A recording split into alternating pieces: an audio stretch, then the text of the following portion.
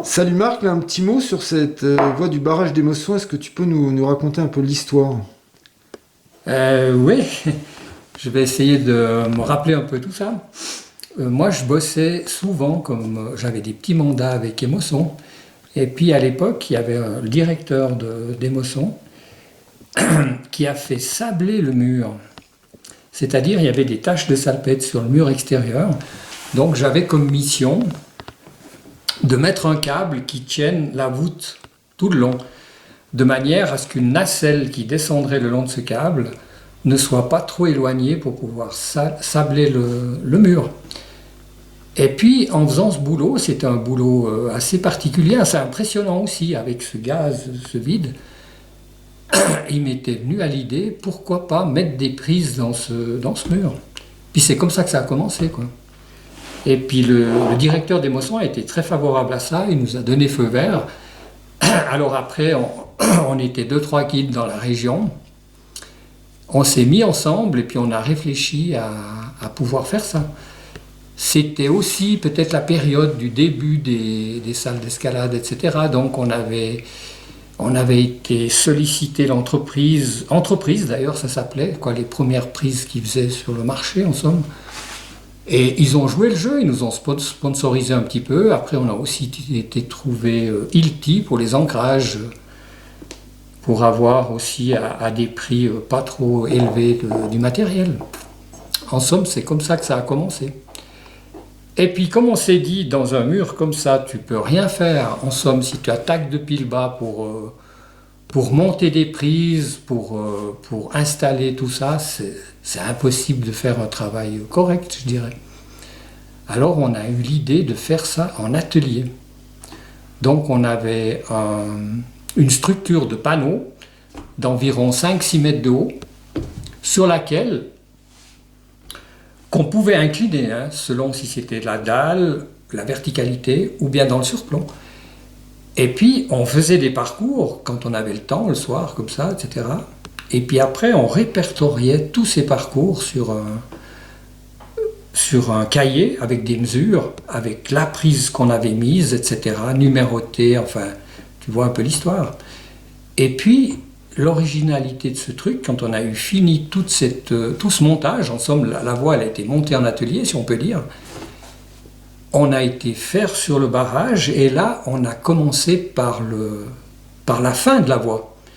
Donc, on a commencé à mettre la première prise, en somme, la dernière prise de la voie, et ainsi de suite. Avec un système du compas, on mettait la prise suivante, on mesurait, tout avait été mesuré au centimètre près. Et puis on a collé ces prises et vissé. Et puis finalement, le résultat était pas si mal que ça, parce que c'est un parcours qui est assez original. C'est une voie, c'est pas une échelle, c'est une voie qui tourne un peu, etc.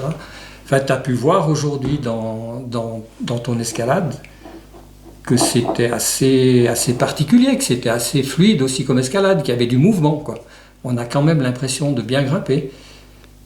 Et puis, depuis une année maintenant, eh bien, on a la chance d'avoir eu Franck Hugon-Moulin, le propriétaire du restaurant, qui a réussi à motiver Alpic, les propriétaires, à relancer cette voie. Parce qu'en somme, elle avait été arrêtée très vite après qu'on l'avait installée, en rapport comment est-ce qu'on peut dire, en rapport de la responsabilité, voilà. La compagnie d'Émosson avait peur qu'il y ait un effet de causalité si tout à coup quelqu'un tombait parce qu'il regardait des grimpeurs. Et puis, comme je disais avant, Franck a le mérite d'avoir relancé cette voie, d'avoir motivé Alpic en somme à lui louer la surface du mur. Et c'est lui qui a la responsabilité maintenant de cette structure. Et du coup, c'est une voie qui est dans lesquelles cotations alors?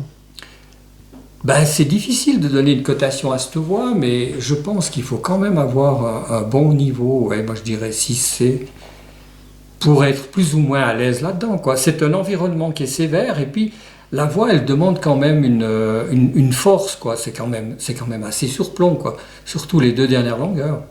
C'est pour ça qu'il y a des très bons grimpeurs qui sont aussi surpris finalement. de par la difficulté, quoi, et puis surtout l'exposition, je dirais. L'exposition, bon, on a mis des clous à peu près, il y a des clous à peu près chaque 2,50 m, je dirais, en haut dans le surplomb. Ça va, c'est correct. Mais en bas dans la dalle, les clous étaient peut-être trop loin à l'origine.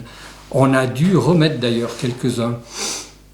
Depuis que ça a été rouvert, il y a en tout cas 4-5 clous qui ont été rajoutés, quoi. Même moi, qui étais un des instigateurs de la voie, je trouvais beaucoup trop loin ces clous. Quand j'ai refait la voie ce printemps, il y avait presque 3-4 mètres, presque 4 mètres entre certains clous dans la dalle. Ça faisait quand même des râpées un peu longues, quoi, si on passait en bas.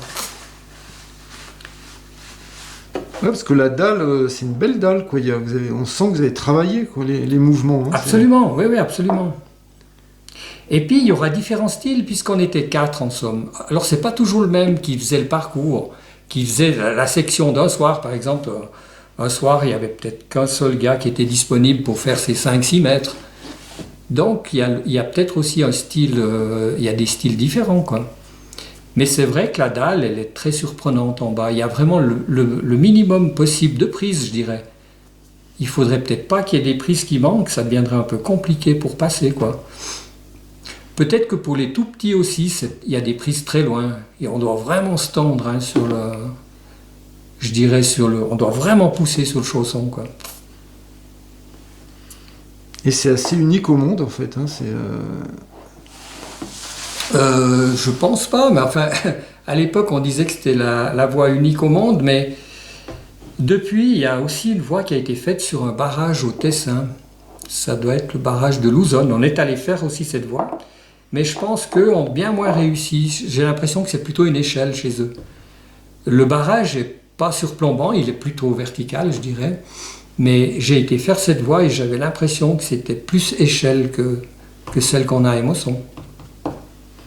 Et le projet d'en faire une autre un peu?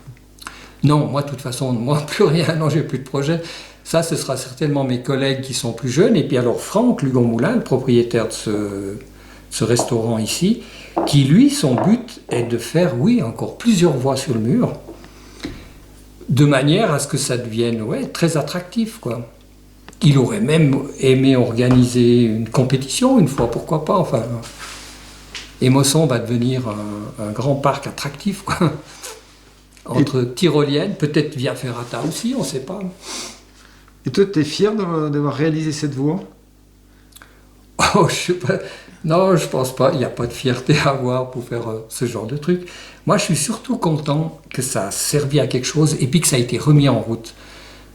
Non, mais fier d'avoir fait ça, non, il n'y a pas de quoi, quoi. N'importe qui peut faire ça. Ça nous a consacré beaucoup de temps, hein. Je crois qu'on parlait de 600 heures. Si on a essayé de comptabiliser un peu toutes les heures qu'on a mis là-dedans avec mes collègues, moi je dirais qu'on a fait la moitié en atelier et la moitié sur place. Par contre, ça a été un boulot super intéressant, ça c'est vrai. Moi je faisais pas énormément, mais je faisais beaucoup de travaux sur corde, tout ça. Et c'est vrai que j'adorais faire ces trucs parce qu'il fallait trouver des solutions pour équiper tout ça, quoi. Ça, c'était vraiment intéressant, ouais. Et puis, tu vois le cadre que c'est de travailler là-haut, c'est génial, hein. Ça vaut la peine de faire cette voie qui est quand même face au Mont Blanc, déjà rien que pour l'ambiance et le cadre.